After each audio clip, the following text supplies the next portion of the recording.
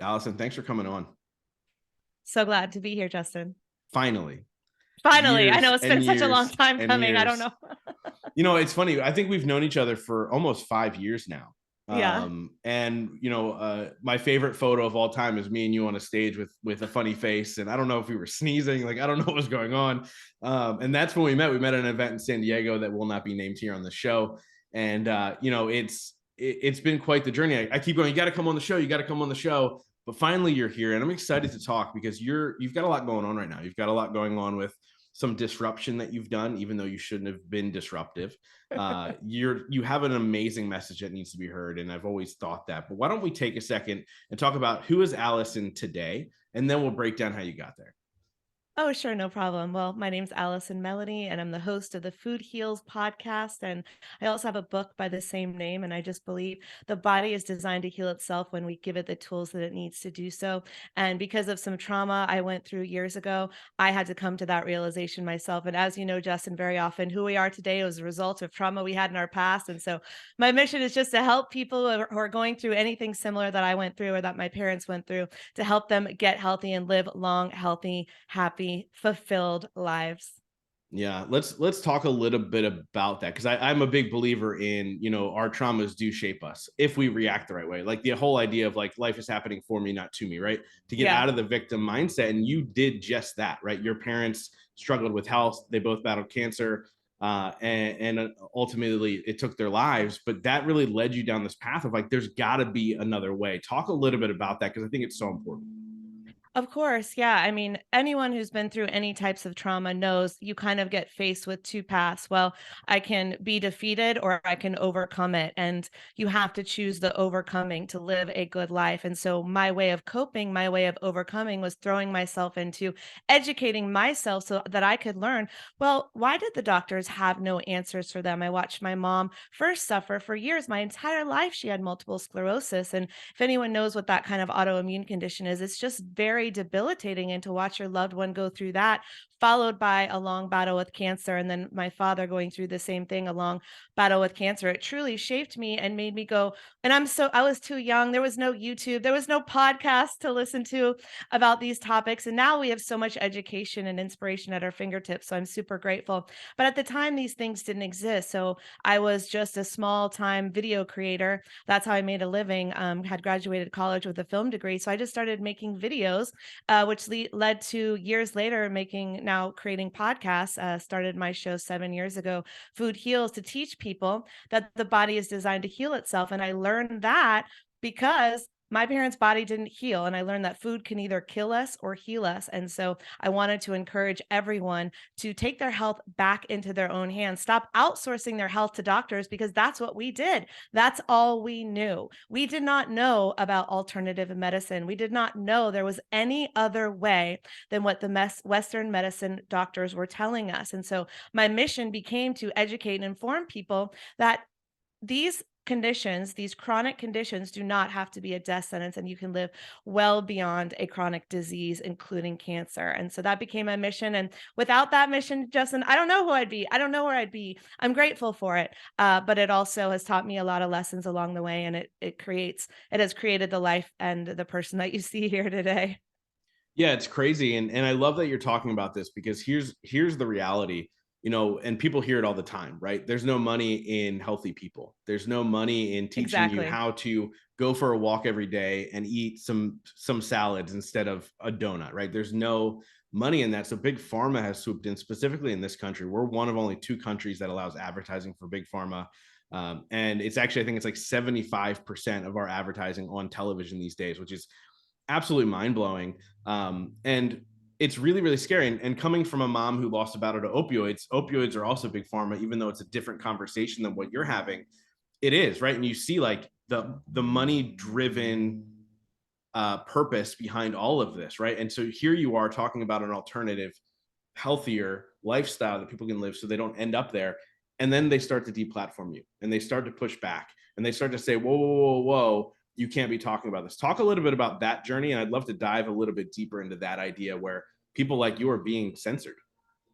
Yeah, well, you're right. A cured patient doesn't make anyone any money. So it's in these companies' best interest to keep us sick and always keep us searching for that next pill. And when each pill, as you know, probably because of what your mother went through, causes another side effect, and then you need another side effect for that pill, and they're saying you have to take this pill for the rest of your life. And the doctors, to no fault of their own, are incentivized to keep prescribing pills because that's what they're taught in school. And they're incentivized by the money that the pharmaceuticals are going to pay them. And so this is all they know, and this is all that they know to teach. And so if you go against that, these are powerful entities, you know. And so whatever you want to call it, it's like big pharma, big agra, big tech, all of these companies have a reason to suppress information that goes against their bottom line. And so little old Allie is over here talking about the healing power of nutrition, and I was censored in March of 2022. That's when this started. And it was just this rush of, first, I was deplatformed by the very software that I use to run my business. So, Justin, you know that many of us entrepreneurs, we have to have an email list and we sell courses. And there's this whole software running in the background. Besides us just recording on the mic, we've got this software that runs our business, and it's how we collect payments for our clients. And that was unfortunately shut down overnight due to them saying that I was spreading misinformation without peer reviewed studies. And so I said, hey, what's the misinformation here when I'm talking about the healing power of green juice and why it can help cancer patients heal, not from Allie's mouth, but from a doctor's mouth, way smarter than me, who has a 99% success rate. And so when that happened, I said, where can I send the peer reviewed studies? And can I please interview the founder or the CEO of your platform so we can get to the bottom of this? I invited the conversation. And unfortunately, that was all denied and I was deplatformed. And later that year, it's now happened on multiple platforms, including strikes on YouTube, Instagram and Facebook as well. And so we're seeing that these companies have these things called terms of service that we all sign up for. Every time we check that little box to download an app or to use the software and put our credit card in, we're agreeing to God knows what. And they can change those terms of service at any time. And so I was like, this is a free speech issue. You're violating my free speech. Well, Justin, they're not. They have the right to do this. So we're living in this crazy world where we are being canceled and we are being deplatformed and we are being censored just for speaking and having conversations just like you and I are having today. So there's certain things I just don't say anymore because I'm like, I just need to keep on saying the things that I know I can talk about without getting canceled. Otherwise, I'll be completely deplatformed. I won't be able to say a thing.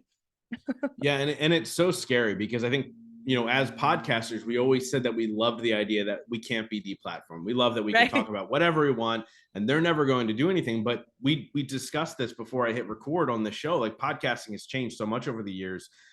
There are now more ears on podcasts than there are people watching the news. There are now more people listening to podcasts on a regular basis than watching CNN, getting those ads, doing all those things. So of course they're going to flex their power into all of these other places to continue to drive you into this terrible world of big pharma. Now, I'm not saying everybody in the medical world is bad, right? There's some good people, they're doing good things. There is a necessity there for a lot of the times, but it's really scary to watch my friends, you and some others involved, really get deplatformed for having a conversation, for really shining a light onto something else. Like what are you doing now to kind of combat that? Is this an ongoing battle for you?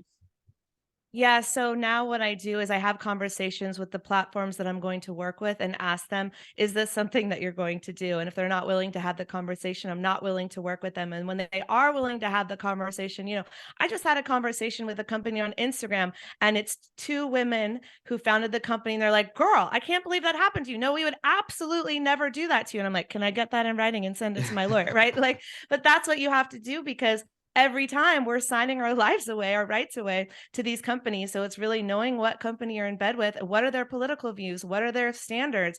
Are they in the cancel culture? And, you know, I think this cancel culture and the censorship is just the death of curiosity. If we can't have curiosity and ask questions, what kind of world is that? I don't want to live in a world where we can't have these conversations. So have the conversations. Ask the company you're working with, are you going to cancel me because I'm talking about wellness? Are you going to cancel me because I'm talking about X? You know, I'm clearly not the the only one that's getting censored here. Many, many people talking about many, many things are. We know that. That's why, Elon Musk is all over Twitter trying to change that. Love him or hate him, he's doing something, right? And so, whatever it is that you want to have a conversation about in this entrepreneurial world, make sure that you know that the platform you're working with is not going to cancel you, and get it in writing.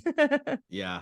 And I love that you said that too. And I do hope that Elon is on the right side of history when we look, when we move forward and we look back and we go, what was he actually on the right side? I question everything now. I live in a world of questioning and curiosity and all those things. And you can look back at some of the guests that I've had and the conversations I've had on this show. I'm willing and able to have those types of conversations. I haven't been deplatformed yet.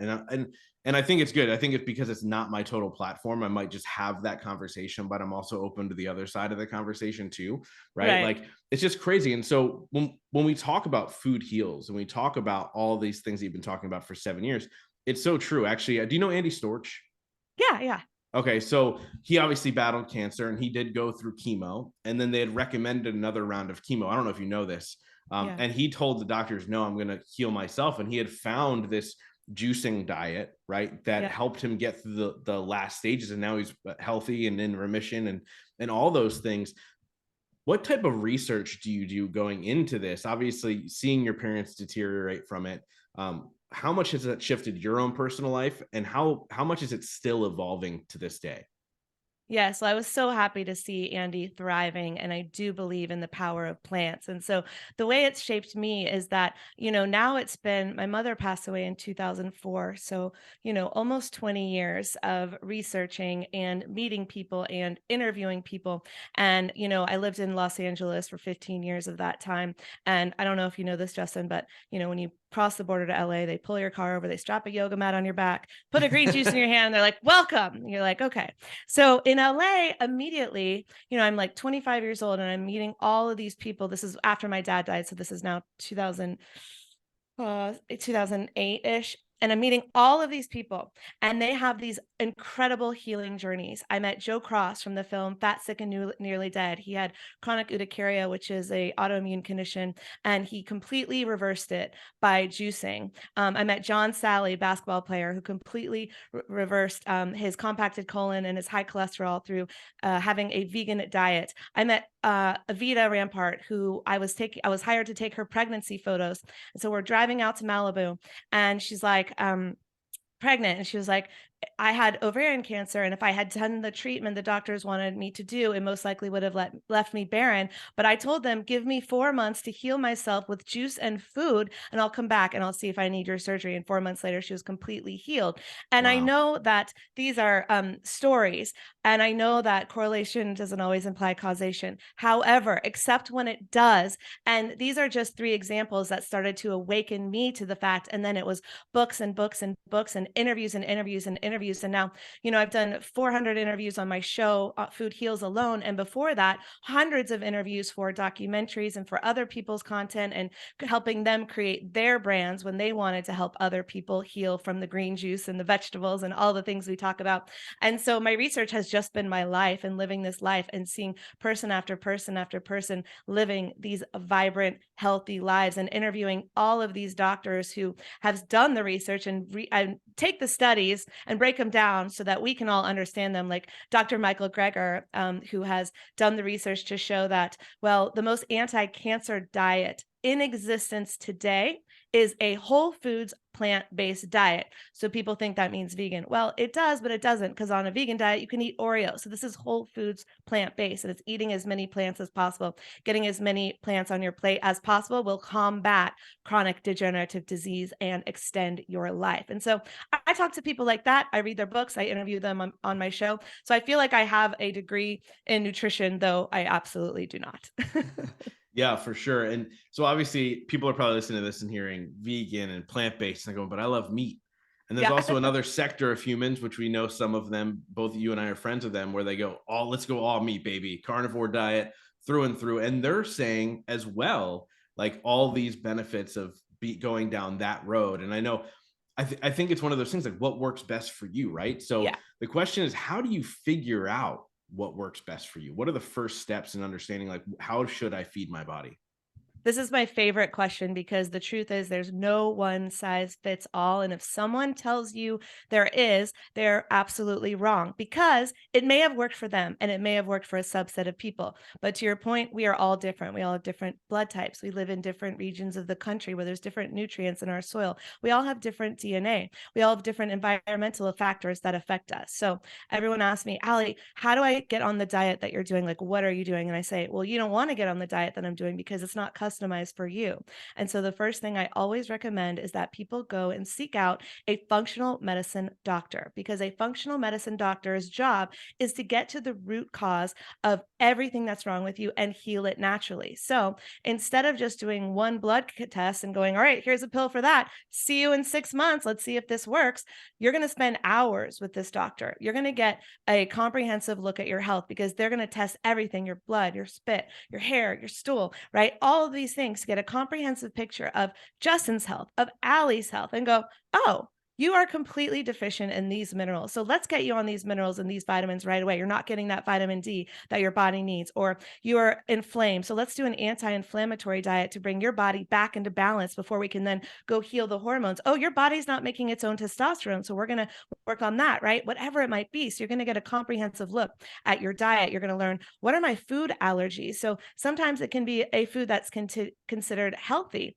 At one point in my life, I had a sensitivity, not an allergy. Allergies and sensitivities are different, but I had a sensitivity to avocado. So my functional medicine doctor said, you just can't have it every day. Your body is not processing it. It's acting as an allergen after you've already had it within a 24-hour period. So I had Wow. to eliminate avocado for a period of time.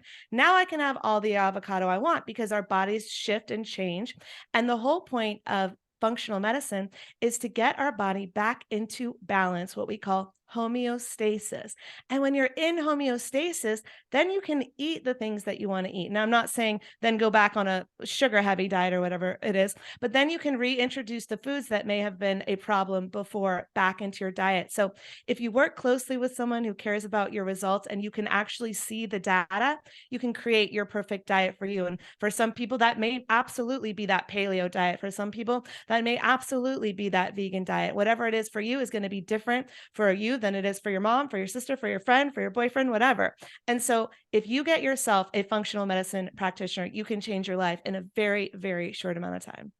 Yeah, and I think it's important for people to hear what I'm about to say, right? As they hear what you're talking about, it seems like a ton of work. It seems like, oh my God, I got to change my whole entire life. I have to do all these things. But the reality is, it probably is, right? It probably is a lot of work, but it's worth it. And here's why. Yeah. I was in medical sales for years. And so I would go and meet with doctors and sell them things and get to know them. And here's a reality of our medical system in this country. Doctors believe what the sales reps tell them because the sales reps are trained to make the doctors believe what they tell them. And the next patient that doctor has, they will prescribe whatever that medication is that sales rep told them to give. And they'll continue to do that until the next sales rep comes in and says, no, no, no, this is the better one. Here's why. And this is every drug across the board. And it's not the doctor's fault. Things are constantly changing, things or whatever. The doctors should be doing research, but they don't have time. They're going from one patient to the next, to the next, to the next until they're exhausted, right? So please do the work, because I guarantee you, just because your doctor says, here's the secret pill, take it, that doesn't actually mean it's the actual answer. And that's why all these pills have all these side effects. And people ask me all the time about Big Pharma because my mom and what she went through. And I always say this, I go, the real crime is a company that can pay billions and billions and billions of dollars in fines and whatever else are being charged and still continue to run, still continue to have more money than anybody else, right? All these things, right? When we talk about COVID and the vaccine, people are having massive side effects to the vaccine, even killing people left and right. At one point, they were making in profit, meaning after all their expenses, $98 million a day in profit. When you wrap your head around that, you're like, oh, wait, hold on, it is big business. Maybe I Yeah. should do the work because I want to stick around for a really long time. Right. And Yes. that's where people come to your podcast. That's where people go get your book and start to do that research. Now, do you look at the other side of things, like outside of the plant-based world, in your show and in your book? In terms of other diets, Other diets or other options or what other people should be looking at? Yeah, so what I do is I interview people who have a story to share or they have a protocol to share that has worked, right? And so, sometimes I'll have someone on who specializes in Hashimoto's, and, his whole point was what I just said, that it's not about this diet, that diet, or this protocol. It is about your individual needs and why your body is reacting this way.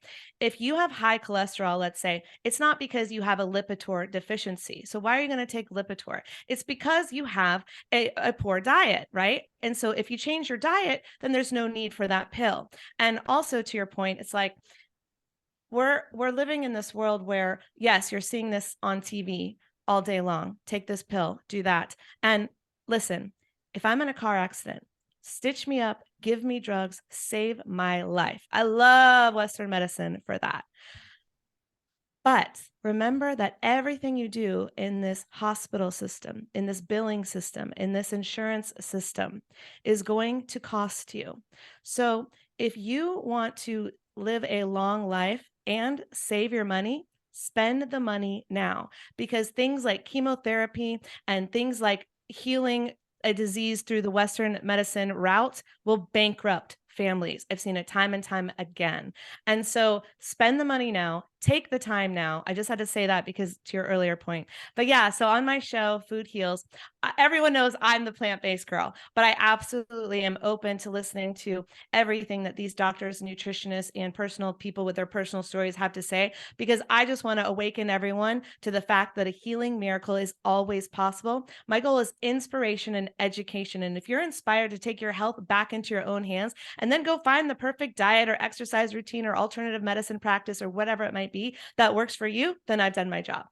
Yeah, so you talk a lot about autoimmune diseases, and I feel like they're becoming more and more prevalent. People are getting them more and more, and I don't think it's because diagnoses have changed and doctors are more aware of it. I think Right. that something is happening in our system that is giving people these illnesses. So talk a little bit about where you think that comes from, whether it's through processed foods, how we're doing all that stuff in this country. What are your thoughts behind that? Yeah, there's so many things. Environmental toxins, toxins in the food, toxins in the water. My friend, who is one of my functional medicine doctors, if you want to get this book, anyone listening, it's called The Rain Barrel Effect. His name is Dr. Stephen Cabral, and it's kind of like everything is building up and then it's overflowing. And so your body can't possibly heal. People that don't believe in toxins and this toxic overload say, well, the body is designed to detox and heal itself. And they're right, it is. But we've got this rain barrel where we've got too much going on, and our body's functions and ability to heal and reverse disease is completely shut down. And so we've got environmental toxins that are completely out of our control sometimes, because it can be the air we breathe in the city that we live in, the um, off gassing from our paints and our furniture. Like, these are things we don't even think about, right? So when I don't have control over that, not to mention the food and pharmaceutical drugs, right? And the processed food and everything that we're eating all the time. So we know that we don't have control over everything. So we have to let go of that, give up that, try to get clean cleaning products at your in your home, clean shampoos and conditioners, clean toothpaste. Like, try to detox your household items and try to detox your diet as much as possible. And then do a lot of supplementation as well, so you can get all the nutrients that we're lacking from our soil, because I truly don't believe that today we can get all of the nutrition that we need from our food supply, unless you like live on the land and you grow your own food, and more power to those who do that. I live in a city. That's not an option for me. And so I think the toxins are coming from everywhere. And so our best defense is just to get as much nutrition in as possible, so we can always be combating and detoxing those toxins, right? That are just coming from everywhere. Yeah. Now, are you looking into ways that we can, as a culture, become more sustainable, more healthy? What are some things that we can do as a society to begin to kind of shift that? Because it is so much easier to go to the store and grab the processed foods off the shelves. And frankly, at this point, as inflation is going through the roof, that's a whole nother conversation. But as inflation is going through the roof, it's more affordable, right? So what can we do as a society to begin to shift that whole entire paradigm? Yeah, I feel like this is too big of a question for little old Allie to answer, but I'll give you some thoughts. When we eat more plants, there are less animals that have to die in factory farming. So every time that you eat plants the entire day and you don't eat an animal product, you're saving one animal per day, and that can add up over time. And so, not to mention the saving of the animal, if you're like, I don't care about that, it is the factory farming that is affecting our land, our environments. Factory farming is absolutely one of the most destructive things on our earth, and America is one of the biggest contributors to it. And so go do the research on that. I don't feel like I'm the expert, and I don't want to be like animal activist Allie right now, but essentially the more plants you put on your plate, the better. Plants are cheaper. Finding local farmers markets that haven't become super bougie are better for your health. They support the local economy rather than supporting big businesses. And I'm not anti-business, I'm a capitalist. However, when you can support small farmers or small growers, it's better for your health and it's better for your community. So small steps like that make a big difference. And every time there's election, everyone's talking about voting, voting, voting. Vote with your shopping cart. Vote with where you spend your dollars right now, today,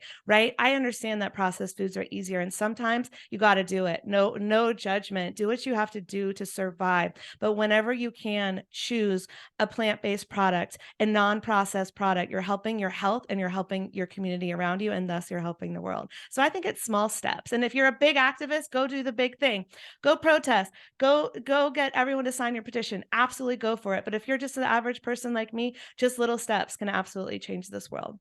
Yeah, I love how you say little old Allie who's getting deplatformed because their voice has gotten so big, right? I think that, but let's be clear that what you're saying and what you're talking about on your platforms, it's making a massive wave in the world. And I think that that's super powerful to see, because it is going against the grain. It is going against the narrative that's trying to be pushed. And I think that's a powerful thing to question things and look at things differently. And that's certainly what you've done. Now, I want to ask you a question that I ask every single person on this show. It's a two-part question. So the first part is, what is your definition of success? As you've gone on to create great success in your life, you travel the world. You literally just got back from traveling the world. I'd still be sleeping if I were you, and doing all I these kind of great am. I'm things. asleep right now, actually. So, what is your definition of success? And then, what are three things you do every single day to ensure that success for yourself? That's such a good question. I think my success is, am I in love with my life every day? And when I'm not, how do I get back on track? And I've certainly had ups and downs in that throughout my life. Anyone, as you know, who has dealt with any type of trauma, you have good days and you have bad days. You have good days where you're like, I've got this. And then you have bad days where you're like, I'm so sad. I'm such a victim. Whatever those stories are, we tell ourselves. So my definition of success is, did I tell myself a good story today? And am I living doing something that I love every day and feeling creatively fulfilled? So obviously there's many other definitions of success out there. That's just mine for me. So take it for what it is. And I then love it. what was the second part? I forgot. What are Three what are things I three do. things Okay. you do every single day to ensure that success for yourself? Okay, what are three things I do every day? Well, I put plants on my plate. That's number one. So no matter what, I either have green juice that I make in my juicer or a smoothie that I make in, my blender. Sometimes I have both. So I'm nourishing myself with really good nutrients, vitamins. I don't have any drugs in my house unless, absolutely necessary. Like I said, if I got in a car accident or something, pop me a pill. But other than that, it's all beautiful. Right behind, you can't see it, but right behind me is just a plethora of all of these supplements and nutritional products for a giveaway I'm doing. But yeah, I love fueling my body because it makes me feel like I'm making a difference in my own personal health and longevity. And that gives me the experience of joy. So I personally find joy in eating healthy. Now, I didn't start that way because at first you're like, oh, I have to change everything, like you said. No, you don't. Just take baby steps. And when you start feeling better, you start wanting to do more. And so, yeah, number one would certainly be putting plants on my plate. Number two is moving my body every day. I'm not like a hardcore gym rat. So if I can't get to the gym, there's no judgment. But I'm like, all right, let me go walk my dog for 30 minutes or let me do some movement in my house. If it's watching a yoga video, because I think the other part of food heals is all the other things that heal.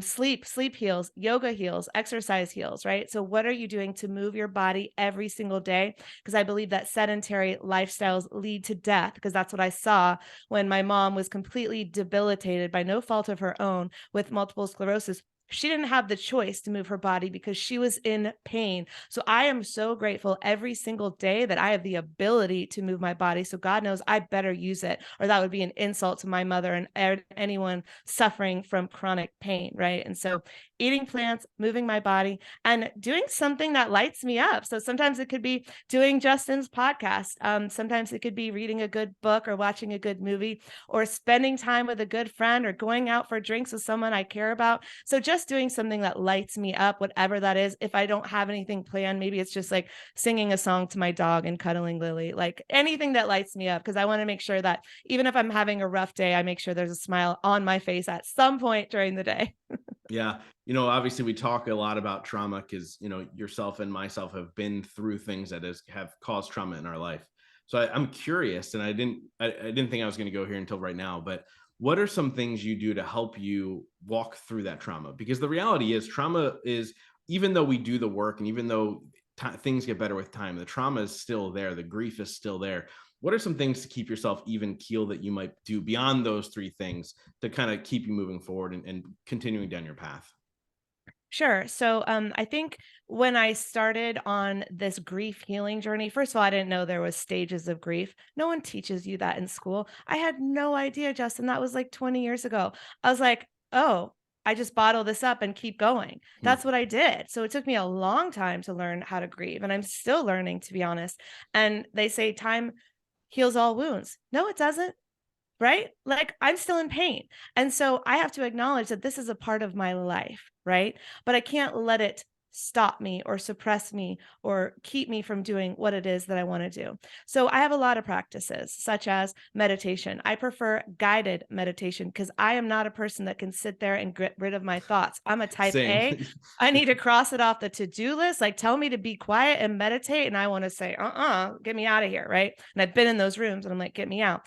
So I like guided meditation. Our friend Katie Krimitsos does amazing guided meditations. So I listen to her, I listen to other podcasts, and that helps me just get into a state of calm. And from a state of calm, I can go, well, what is this I'm feeling today? Why am I mad at that guy in traffic for cutting me off? Am I really mad at that guy?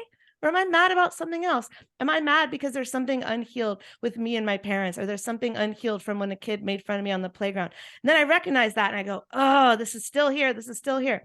So then I cry or I take a pillow and I throw, oh, I'm mad, I'm mad, I'm mad. Like, get it out like a little kid. Don't let this energy stay bottled up inside, because when it stays bottled up inside, that also leads to dis-ease, right? So it's like, I can eat all the vegetables in the world and do all the three things I just said. But if I'm holding on to grief and anger, that's going to create disease in my body. I absolutely believe that. People who die of chronic diseases who are doing everything right, very often it's because they haven't forgiven someone. So I'm like, who do we need to forgive? Who's pissing us off? Who Hmm. do we need to send some love to? Right. And it's Yeah. like, I know it sounds woo woo, but it works for me, anyways. No, How about definitely. you? I love that advice. And very similar. I often go to, where is this actually coming from? Yeah. Right. And I kind of do that from all my emotions. So I'm an empath. And so I absorb other people's emotions. And sometimes I even go, is this mine or is it somebody else's? Yep. Right. Like, and when you can kind of diagnose where that feeling or that emotion is coming from, it's a lot easier to then take care of it. Right. Like, Yes. because if you think it's one thing just because that's what's on top of mind, that isn't necessarily the thing that's actually disrupting you, right? So you have to figure that out. So I love that advice. I think that's absolutely genius. And so I wrap up every single interview with the same question, but before we get there, how do people get a hold of you? Where do they get your book? What's all the good stuff? Yeah, you can get the book Food Heals on Amazon. It's also at foodhealsnation.com/book, wherever you're listening to Justin's amazing podcast. You can also listen to Food Heals. I just did a little deal with Spotify, so I'd love some support on Spotify. Go and follow me on Spotify at Food Heals. Awesome. Awesome. So like I said, I wrap up every single interview with the same question. Since the show is called the Growth Now Movement, that question is, in your life, what has been your biggest moment of growth? My biggest moment of growth is a story that we haven't even talked about today. But not only did I lose both of my parents to cancer, but when one day I woke up and the Bank of America called me and they said, mortgages haven't been paid in months and you're losing thousands of dollars a day. And that was the day that I found out that my father's estate was completely mismanaged and broke. So I was negative in the bank. I had lost both of my parents. I had no sense of security. I had no home. I had nowhere to live. And I was like, all right, Allie, You either go broke or go home. Like you have to make a decision right now to rise up, like that Audra Day song, like rise up. Like I was just like, what are you gonna do here? Are you gonna turn to drugs and be homeless on the street? Or are you gonna make something out of this life that has been gifted to you, even though it seems like right now it was the worst thing that's ever happened to me. And so it was just in that moment. And I remember I got this letter and it said the estate was suing me for the very tiny amount that I had gotten from selling this one property, and they were suing me for it. And I said, you can have it because I'm going to make my own empire. Because my father declared bankruptcy when I was in high school, went on to build his own on the sweat of his everything off his back, his own multi-million-dollar real estate empire. And then it was lost due to somebody's mismanagement of the estate. And so I go, I'll build my own empire. And that is my goal to this day. I will continue to build an empire until the day I die. And then I will leave it to children who will not have that happen to them. No, I love it. I love it. Thank you so much for coming on the show and sharing your journey and all the crazy things that you've been through over the years. And I'm honored to get to call you a friend. And I can't wait to hang out next month in Orlando. Actually, when this Yes. releases, it'll be this month in Orlando. But thank you so Yay. much for coming on. Thanks, Justin. It's so much fun to talk to you as always. You're a great interview host. I enjoyed having you on my show as well. So if you guys want to hear Justin's episode, go to Food Heals and listen to that. But Justin, I really appreciate you. I'm so grateful to be on the show with you.